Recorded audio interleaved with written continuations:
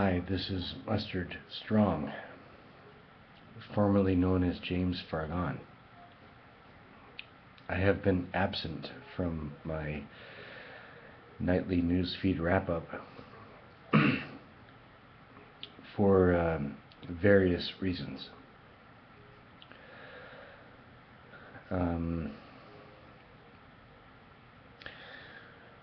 Life is changing, the world is changing. I lost my steady job, and so I have been working on setting up various businesses to provide an income for my wife, who is sick from fibromyalgia, which I believe was induced by a bad vaccination. And so I've been incredibly, insanely busy. And I haven't had time even to check my email.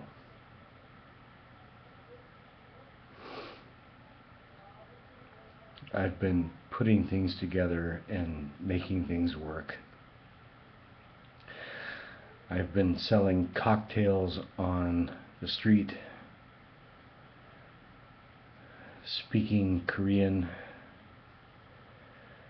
and meeting local power mongers who like me and have promised to protect me.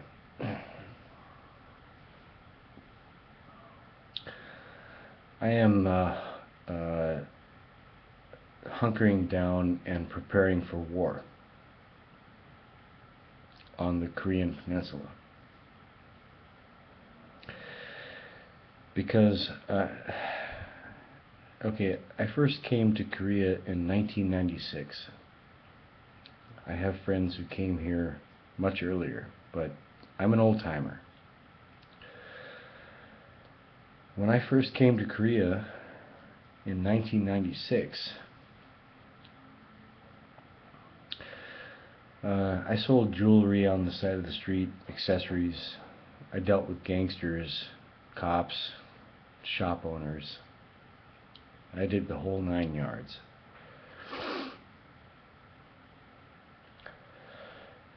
And at that time, in the late 90s, if I had a Korean girlfriend, I couldn't walk down the street with her, not even next to her. I mean, much less holding hands, but even next to her, without getting attacked. And I was in plenty of brawls and fights at that time.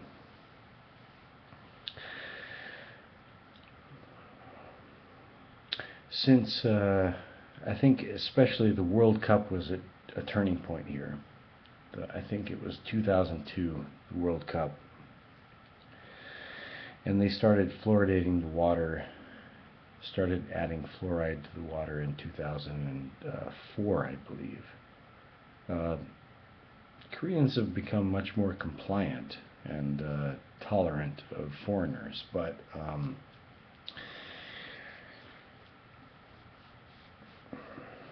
you know, now I can walk with my wife anywhere I want, hold her hand, cuddle her, anywhere I want to go. No reaction. But I'm telling you that as recently as 15, 16 years ago, you could not walk in the vicinity of another Korean woman without getting attacked. And so I say that there is still a deep reservoir of rage against the machine here in Korea.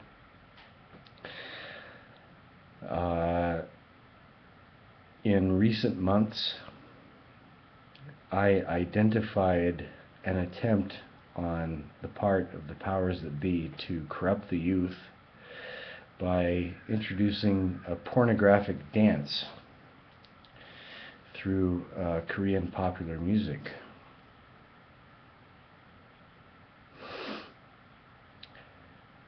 I fought it very hard, but it turned out that the fans themselves killed it. They didn't like the pornography.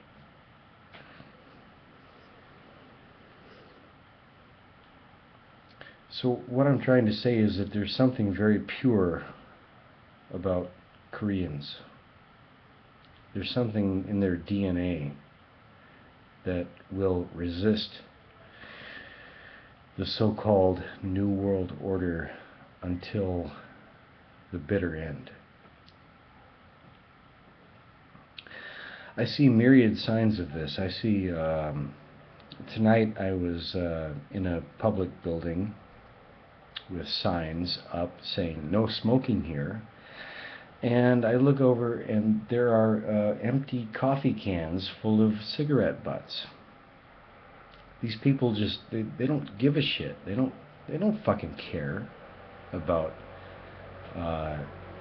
UN agendas. You put a sticker up on a wall that says the city council says no smoking here. They don't give a fuck. They'll smoke wherever the fuck they want to smoke. And they'll piss wherever the fuck they want to piss.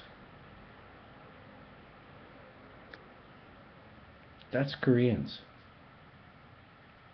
And they'll grow vegetables wherever the fuck they want to grow them. That's Koreans. I've been involved with this country for a long damn time. Not as long as certain other of my friends, but a long time. And I've been married to 2 different Korean women. And I have a very nice Korean family. And so the New World Order types, they want total control. And total control means total control. No room for a deviating culture or society or government. And I don't see these people ever yielding to that willingly. So what I see is war. This country was divided at the 30th parallel, and it was set up for war. They're going to try to subjugate these people through war. This is the biggest flashpoint in the world.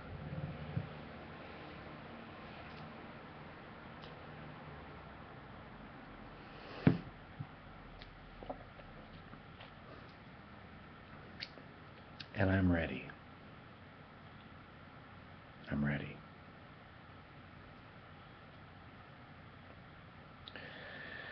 There are 3 sort of timelines that I'm looking at.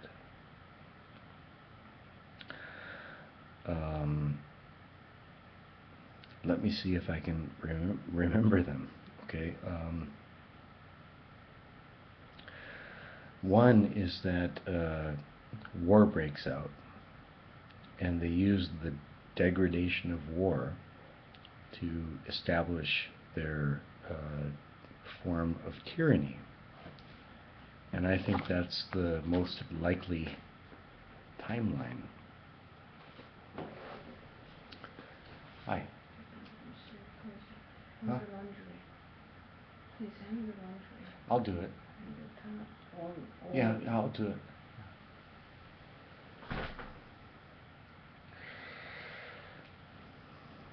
My wife asking me to hang the laundry. Another timeline is that the white hats, the putative white hats, as reported by Fulford and other parties, arrest the scoundrels and throw them in jail. The third timeline, I can't remember. Can't recall it. I got distracted. Mosquitoes flying around all over the place here.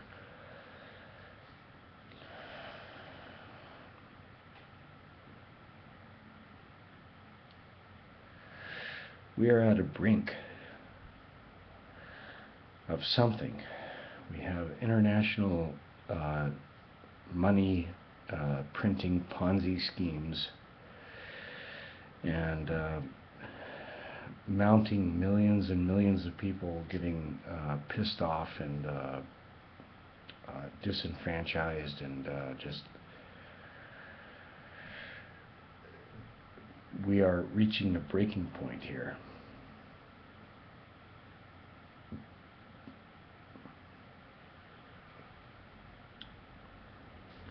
Oh yeah, the third thing I wanted to mention is martial law in the United States. And I recently heard through a friend, though I haven't confirmed it, that the Obama administration, after having passed Obamacare through the Supreme Court, has said that every Obamacare participant must have a chip in their body. And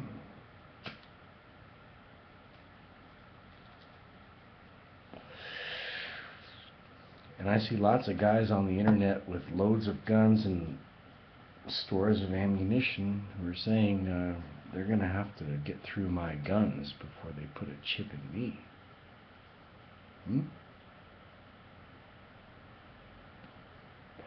And just how many people will go for this chip?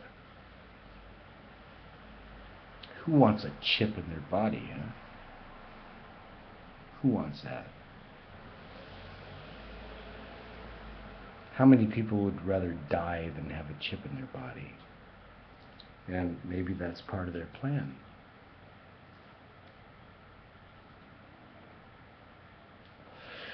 Well, I will tell you this.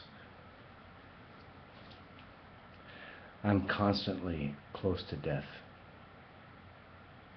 And I leave it up to my Creator to take me when the time comes. But I will never accept a chip. Never. And I think that most of my Korean brethren agree with me. Because I have enough time to tell you one other anecdote. I showed a class of Korean males some footage of people getting shunted through naked body scanners. I think I've told this story before, but I'll tell it again. I said, what if naked body scanners showed up at Incheon International Airport?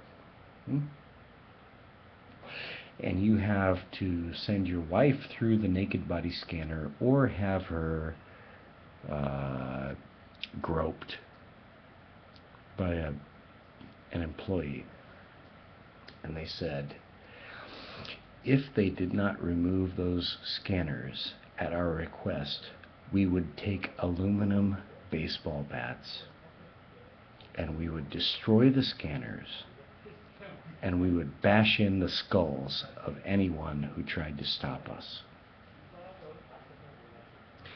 This is why I think war is coming to the Korean Peninsula, because that's the only way they can defeat these people.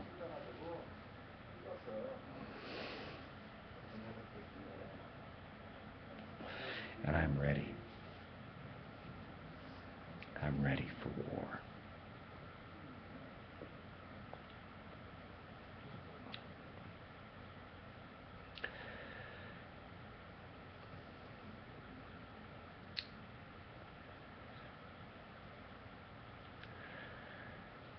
It's about over. Let's get ready. Get ready. Mustard strong. Over and out.